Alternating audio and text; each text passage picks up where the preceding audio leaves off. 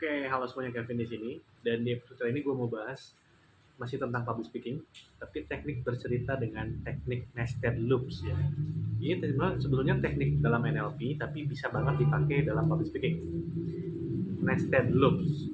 Kalau kita bahasa Indonesia kan atau terjemahkan, nested loops itu kan nested artinya tuh sarang, loops itu berulang. Jadi sarang yang berulang. Nah, maksudnya gimana sih sarang yang berulang? Kita akan bahas ya. Jadi dalam teknik bercerita itu digunakan untuk menyampaikan pesan. Ya, misalkan kita mau ngasih sebuah message atau pesan, kalau secara direct mungkin orang-orang bisa jadi ada sedikit defensif ya, kayak menggurui gitu, kayak oh kamu kayaknya mau mencoba menggurui saya. Nah, teknik nested loop ini berguna untuk membuat si audiens tidak merasa digurui. Karena pesan yang kita sampaikan itu dibingkai dengan cerita dulu gitu. Ya, sehingga dia merasa mendengarkan cerita lalu pesannya kita sisipkan.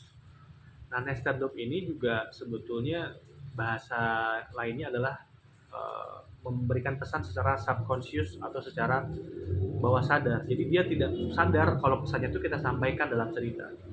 Dan yang namanya bercerita atau storytelling itu teknik yang sangat efektif, yang sangat ampuh ya untuk masuk ke dalam pikiran bawah sadar si audiens. Jadi kalau orang pinter cerita, orang pinter berstorytelling itu sangat efektif sekali dalam public speaking, dalam pertemanan, dalam hubungan gitu ya, dalam PDKT sama cewek misalkan, dalam menjalin hubungan kedekatan dengan klien atau menjalin pertemanan persahabatan dengan sahabat-sahabat, dengan saudara-saudara supaya lebih akrab. Dengan storytelling itu efektif banget. Nah, kita bawa ini ke public speaking. So, gimana cara nested loop kita akan bahas ya.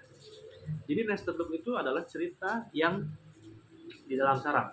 Jadi kita ibaratkan ada tangga ya, tangga A, B, C, ya kan. Nah, tangga itu merepresentasikan sebuah cerita. Jadi cerita itu kita ceritakan di tangga A ini, tapi nggak sampai selesai. Misalkan 70%-nya atau 90%-nya. Kemudian di tangga B itu ditambahkan cerita baru dan juga tidak selesai. Misalkan 70%-nya atau 90%-nya. Nah, di tangga C itu baru kita sisipkan pesan dan selesaikan si cerita A. Dan selesaikan juga si cerita B.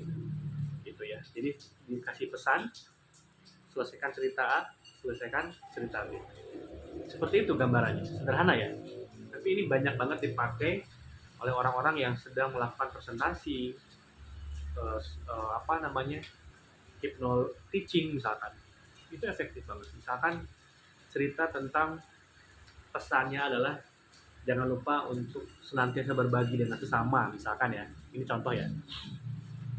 Jadi dulu saya nggak pernah ngerti atau nggak pernah kepikiran, saya nggak pernah nyangka kalau saya bakal keterima di universitas negeri atau di universitas terbaik di Indonesia. Saya nggak pernah kepikiran sama sekali, padahal saya juga secara nilai raport nggak bagus-bagus amat. Nah, itu cerita A, dan itu nggak selesai kan. Ganti ke cerita B. Pada suatu hari saya ketemu dengan seseorang, lalu saya bilang, ini saya mau ngasih sedikit rezeki, tolong diterima. Itu cerita B. Cerita C, ternyata setelah saya melakukan tes, sebulan kemudian saya lihat pengumuman, ternyata saya keterima. Saya nggak nyangka banget. Ternyata setelah saya renungkan, waktu itu ketika saya sedekah ke seorang yang saya berikan sedikit, berbagi sedikit uang dan barang itu, ternyata dia mendoakan saya. Nah, itu adalah contoh nested loop. Bercerita secara berundak, secara berkesinambungan, tapi tidak selesai di awal, diselesaikan di akhir, ditambahkan dengan pesannya.